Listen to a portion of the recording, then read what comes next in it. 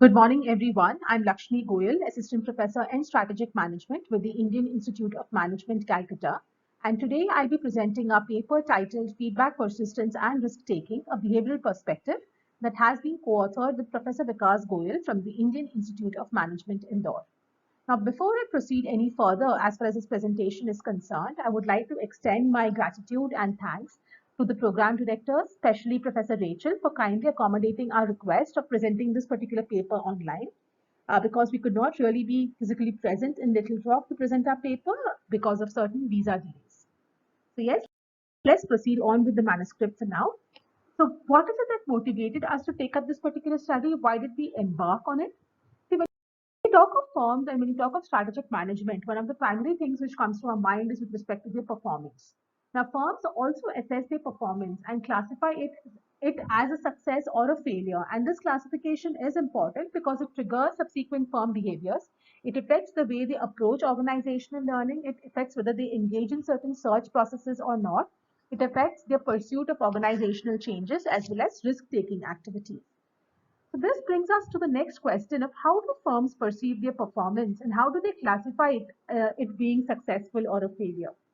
Now, here is where the behavioral theory of the firm actually comes to our rescue because one of the central tenets of the behavioral theory of the firm talks about aspirations. Now, aspirations, as far as the theory is concerned, is nothing but predetermined performance reference or targets for that matter. Organizations, they evaluate their current performance standing by comparing their current performance with respect to aspirations. Now, when performance is in excess of aspirations, it is classified as being successful. And when performance falls short of aspirations, organizations experience something known as a failure. So the behavioral theory not only talks about classification of performance into success and failure, but also talks about subsequent behaviors that organizations engage in.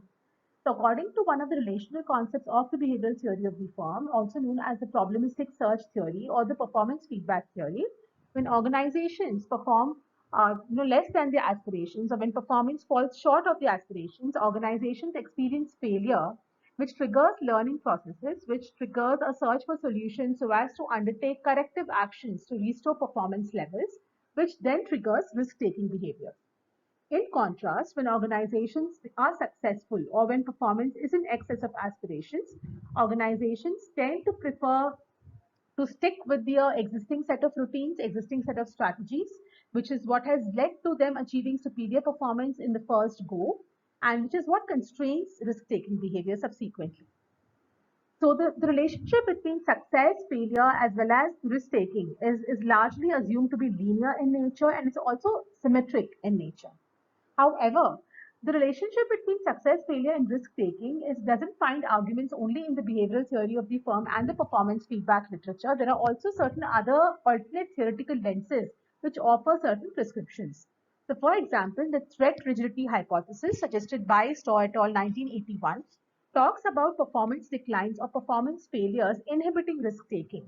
Now, the mechanism through which it happens is by inducing stress, is by inducing pressure, which constrains or which constricts information processing and hence organizations that tend to become more risk averse in nature.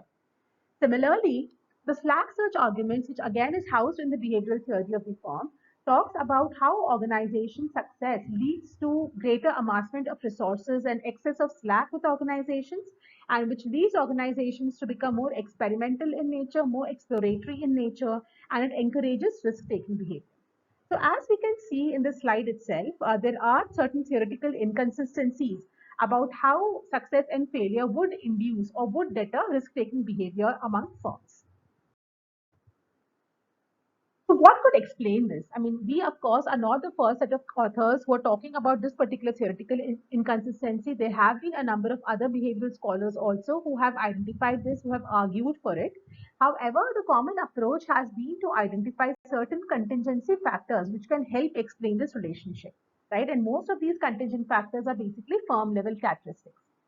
On the other hand, what we do in this particular study is to question the fundamental manner itself in which firms do infer success and failure. So we argue that success and failure based on performance below as well as above aspirations, as conceptualized by the behavioral theory of the firm, may not necessarily be the most reliable indicator because they are based on unitary periods of performance. right? Which in turn, it foregoes acknowledging the temporal aspect of it, or the temporality of the performance feedback. So here we talk about, in this study, we talk about the persistence of success and failure as being extremely critical and as being a strong determinant of whether firms, engage in risk-taking initiatives. And this is primarily on account of two major considerations. The first one being that persistence is a more reliable indicator because it happens over a period of time. It acknowledges a temporal aspect of performance. It's also a better and a much stronger motivator, especially when you're talking of risk-taking initiatives, which itself by nature involve large-scale resource commitment. So let us look at some of the extent research which talks about both success and failure as well as risk-taking.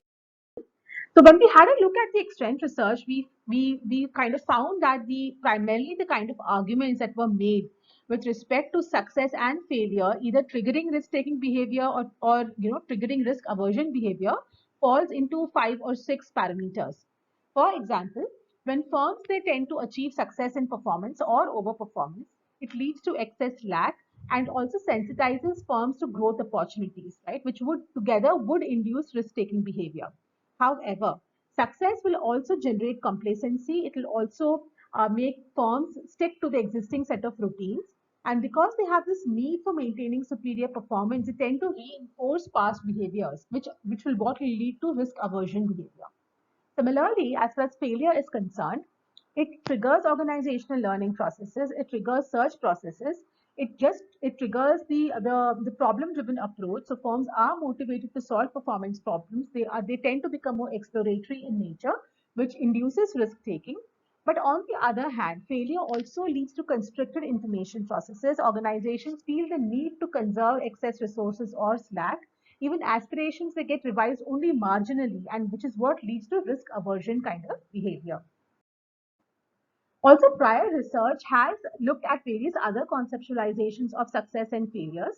So, for example, Ree and Kim 2015 talk about success traps, early success traps, and how that will affect subsequent firm behavior.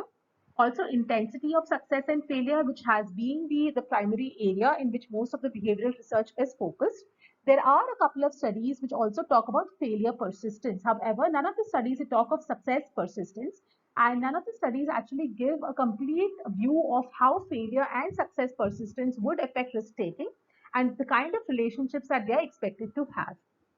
Also, persistence of success and failure is argued to be a reliable indicator of performance because it is experienced repeatedly. So it happens consistently over a period of time. It's also a much stronger motivator. And it's also less impacted by unexpected contingencies, which may happen, say, year on year, right? So because persistence of success and failure, by definition itself, involves a longer time frame for one to evaluate it, it's less subjected to noise, and hence it's a much better and a more reliable indicator of firm performance position. So, since complete understanding of the effects of success and failure persistence on firm risk-taking behavior is elusive, in this particular study, we are focused on studying how success persistence and failure persistence affects firm risk-taking and what is the nature of relationships that they're expected to have. So let's have a look at the hypothesis of this particular study. So we have just two hypotheses here. The first hypothesis talks about the effect of success persistence on risk taking. So we see that in the initial few periods of success persistence, right? So when performance exceeds aspirations only a couple of times, firms are less motivated to take risks. And why so? Because they attribute success to existing strategies, they prefer sticking to the net. Aspirations also get revised upwards very slowly, right? When aspirations get revised upwards slowly, they can be achieved by making minor changes or minor tweaks in the overall strategy making process of an organization. No large scale commitment of resources may be required. And hence, in the initial phase, firms are less motivated to take risks. However, as performance above aspiration continues to persist, as success continues to persist, firms are encouraged to take higher risks because firms tend to amass more resources, right? There is greater generation of slack. Firms also become more aware of growth opportunities, and both of them they affect managerial discretion in terms of risk-taking behavior. Apart from that, as success happens over a period of time continuously, aspirations also get revised upwards at a much faster rate. Now, if aspirations get revised upwards at a much faster rate, organizations, in order to meet those aspiration levels, will have to make certain large scale resource commitments. Only making smaller changes or making smaller business level changes alone might not satisfy, might not be good enough for them to achieve the aspiration level. And hence, taken together, we suggest a curvilinear relationship between success persistence and risk taking, such that risk taking initially decreases and subsequently increases with success persistence. The second hypothesis talks about failure persistence and risk taking behavior. So, in the initial few periods when performance is short of aspirations or when failure persistence is just beginning to happen, firms are motivated to take risks because of the widening of performance aspiration gaps. It triggers problem driven search processes. Firms actively engage in search for solutions and they take risks. Also, when performance failure happens repeatedly, it redirects managerial attention to the undesirable performance situation. And hence, in the initial phase, firms will be more motivated to take risks. However, as it persists, as failures continues to persist over a period of time, firms are demotivated and less inclined because stress owing to poor performance as well as depleting financial slack or depleting resources will make managers less motivated to pursue risk taking initiatives. And apart from that, there's downward revision of aspirations as well, right? So if aspirations are downward get revised downwards, it relieves the pressure on the management so as to undertake large scale resource commitments so as to achieve the aspiration levels. And this also will inhibit risk taking behaviors. So as can be seen in both hypothesis 1 as well as hypothesis 2, depending upon the extent of persistence of success and failure, managers and firms will have different pressures or different motivators which will guide them throughout the persistence of both success as well as failure. So our hypothesis 2 basically talks of a curvilinear relationship between failure persistence and risk taking such that risk taking initially increases and then subsequently decreases with failure persistence. So we test our predictions on a sample of firms from the Indian subcontinent during the duration that we are looking at is from 1992 to 2010, and we are looking basically at the manufacturing industries, the manufacturing context. And this is primarily because of two reasons. First one being that it's consistent with most of the earlier research of the behavioral theory of the firm, and it allows us to analyze our findings by contextualizing our study with the other studies as well. So it allows for the comparability of results. Apart from that, it's also extremely relevant from the point of view of our dependent variable, which is focused on R&D as well as capital investments. And at least both these activities are highly visible as far as the manufacturing context goes. Now, again, consistent with prior research, return on assets is our main performance measure. We focus primarily on historical aspirations because measurement of social aspirations is not very clear. It is still very ambiguous, the nature of literature there, and hence we focus on historical aspirations. The other reason of focusing on historical aspiration also comes from Kim Finkelstein Olympia's paper on acquisitions. It basically argues that historical aspirations are something which is easily available to managers, easily available to decision makers, and hence it forms a ready reference for managers to engage in certain activities, risk-taking activities like acquisitions also. And hence we focus on historical aspirations alone. After data cleaning procedure, our final sample comprises of 9,634 firm year observations from 1,787 manufacturing firms, and it's an unbalanced data set, right?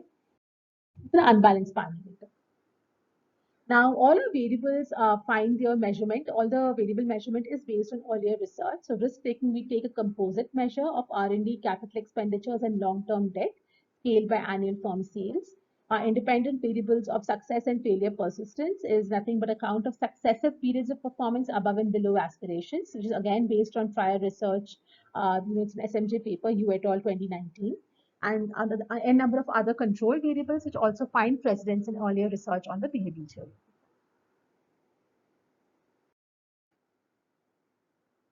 Now, since ours is an unbalanced panel data set, it's essential for us to look at both the autocorrelation issues as well as heteroscedasticity.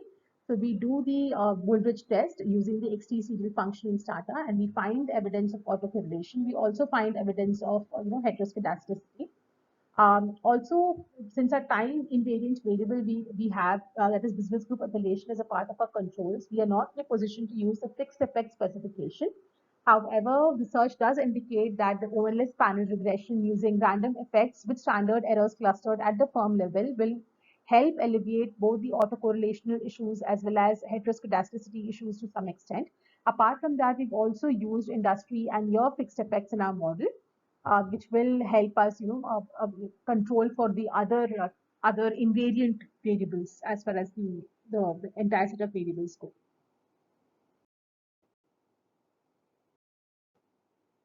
These are descriptive statistics and correlations, and as can be seen, we don't have really any multicollinearity issues as such. The extent of overlap between variables is lesser. We have not really shown all the control variables here because of space issues, but we find evidence for our predictions.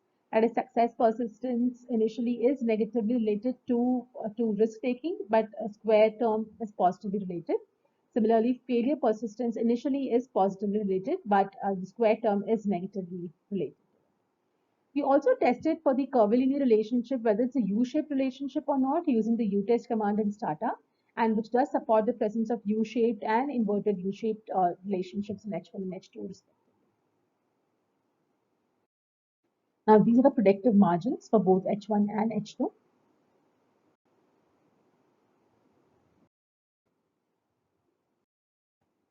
So through this study, we do attempt to make a few contributions to the behavioral research. First one is to talk about persistence as a crucial indicator of firm performance, and departing from the dominant logic in the behavioral theory, which basically talks of a linear relationship between success, failure, and risk-taking of firm behavior, we find evidence of a curvilinear relationship between success, failure, and risk-taking.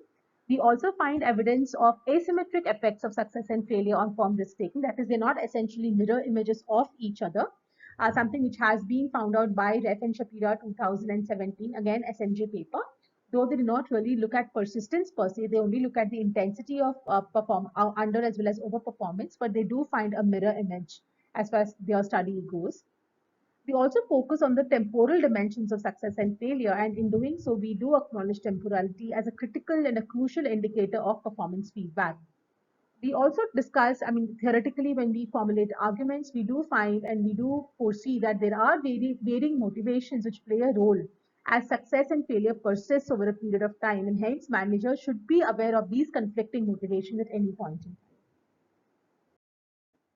Yeah, so thanks a lot for attending this presentation. And since, as I mentioned earlier, because we're not there physically present to respond to any of your questions or gain any feedback, I would be more than happy to receive your feedback and respond to your questions and clarifications. So please reach out to me on my email. It's Lakshmi@cal.ac.in. And yeah, have a good day and enjoy the other presentations. Thank you.